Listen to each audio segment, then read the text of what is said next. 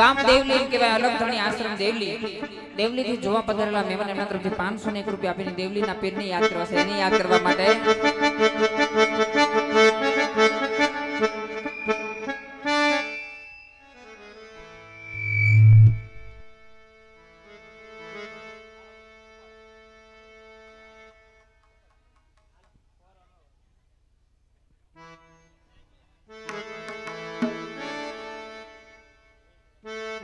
અને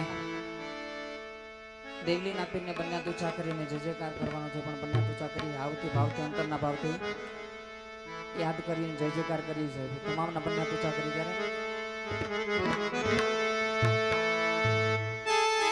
બોલ દેવલીના પીરની અને ઈ દેવલીના પીરને યાદ કરો છે. એને યાદ કરવા માટે ગવાતું. પણ હું ગવાતું ત્યારે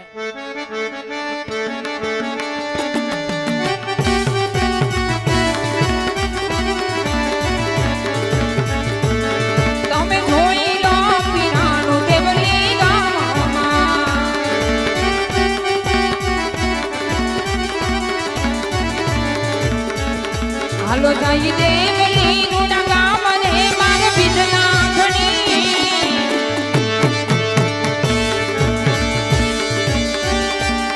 તમે જોઈ લો પીરાનું દેવલી ગામ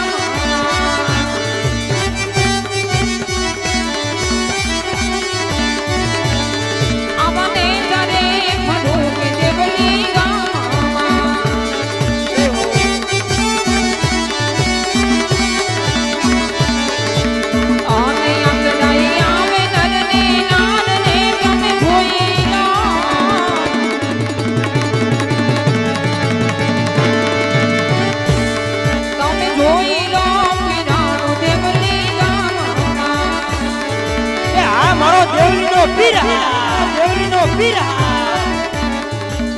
અને 311 રૂપિયા મહાકાળી મહિલા મંડળ એમના તરફથી આવશે. વધાવે કરતાળીઓ ના દાડથી પડે.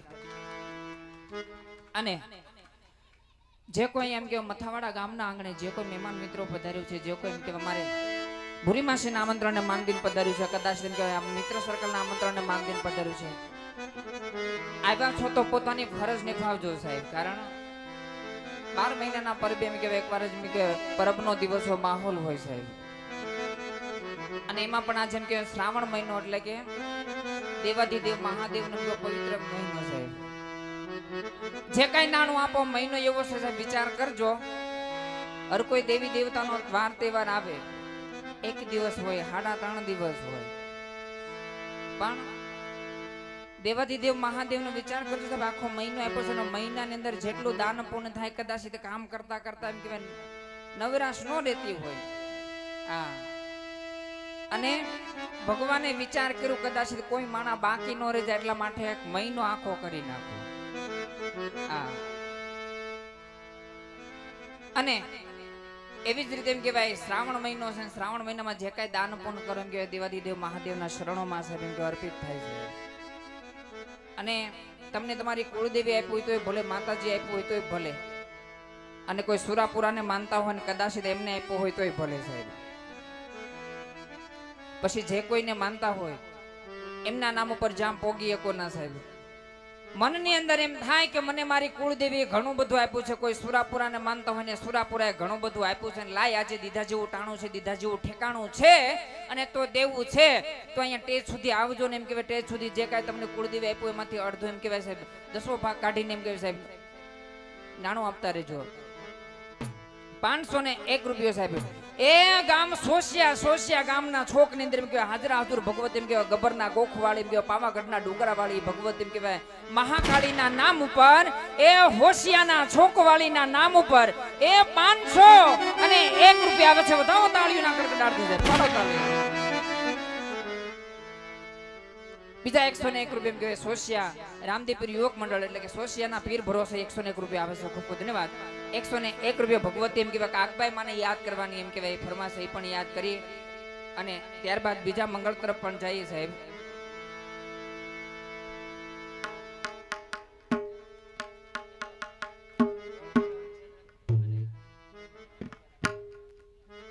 અને અહીંથી એક જોડી ફેરવવામાં આવે છે અને જોડીની અંદર તમારા ઈષ્ટદેવે કઈ આપ્યું હોય, તમારા સુરાપુરા કઈ આપ્યું હોય, તમારા ધર્મે કઈ આપ્યું હોય સાહેબ, તો અહીંથી જોડી ફેરવવામાં આવે છે. જોડીની અંદર નાખજો ને ન આપ્યું હોય તો બે હાથ જોડી અને પગે લાગી લેજો. જોડીનું અપમાન કરશો નહીં સાહેબ. અને ત્યારે ભગવતી કે કાકબાઈ મને યાદ કરવી છે, એને યાદ કરવા માટે 201 રૂપિયો વાડાવાળી શિકોતરમાના નામ ઉપર આવે છે. ભગવતી શિકોતરમાને પણ યાદ કરશો. ત્યારે એમ કહેવાય રઘુભાઈ, ભરતભાઈ આ બાજુ આવો અને પાગળ આવો. આવો રઘુભાઈ આ બાજુ.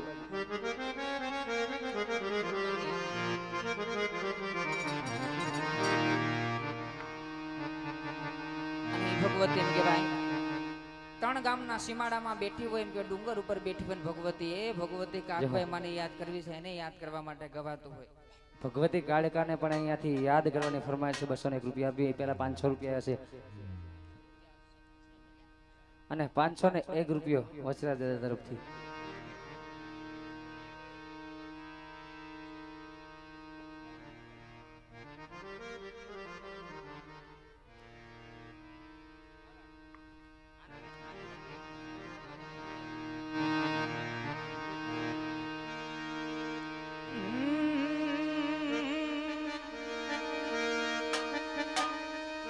મારો જીવ તલો બલ થાય રે મારી કાકબાઈ ને ન ભાડો.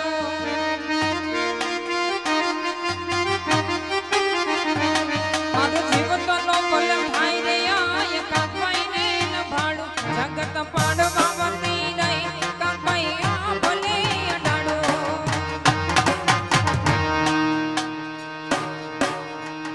તારું તપ તો ધર્મય ભે મનને પાખો નહીં આવા. તપ તો ધનમય ભે માનને પાખો નહીં આવા.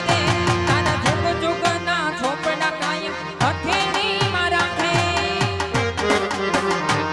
મારી ના ભીને તારો નીકળો વડી વડી માતા આવો લાગે.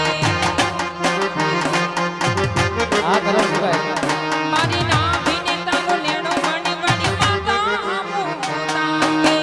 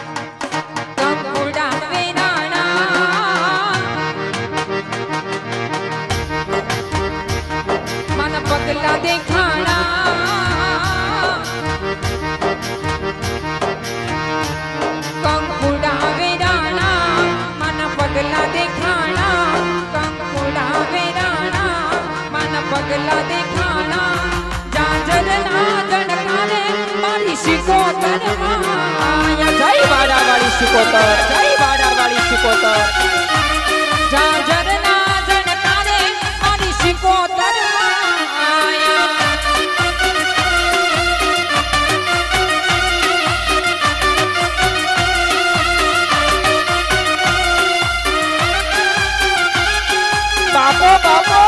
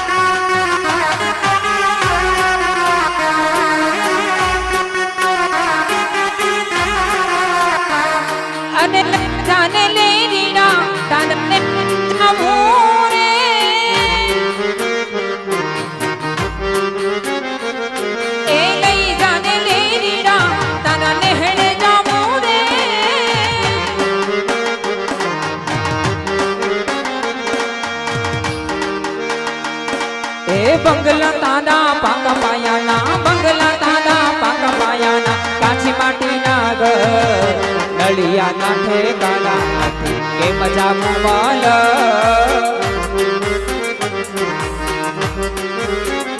હો લઈ જાને લેરીડા તારા નેહણે આવો રે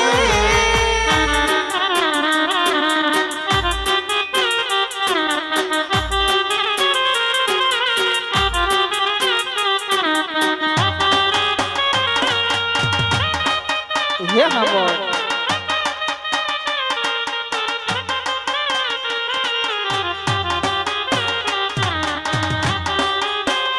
અને 101 રૂપિયા આપી દાદા સુરવાળ દાદાને યાદ કરવા છે એને યાદ કરવા માટે